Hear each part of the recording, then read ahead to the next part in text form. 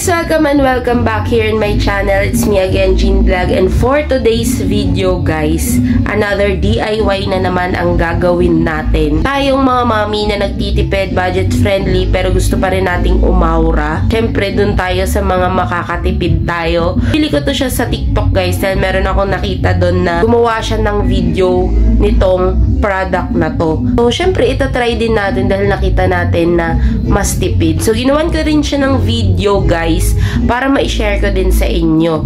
So, etong product na to, guys, si Augea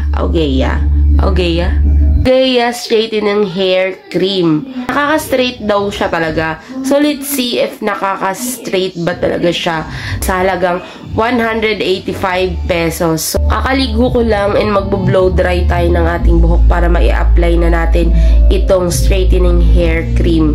So, let's go. Samahan niyo na ako, guys. So, ayan guys. Ito siya, si Augea Hair Straightening Cream. And ito lang yung laman ng box. And meron siyang kasamang dalawang gloves, yung cup dito sa tenga. Ito, yung pang ganun dito. Gawin na natin to.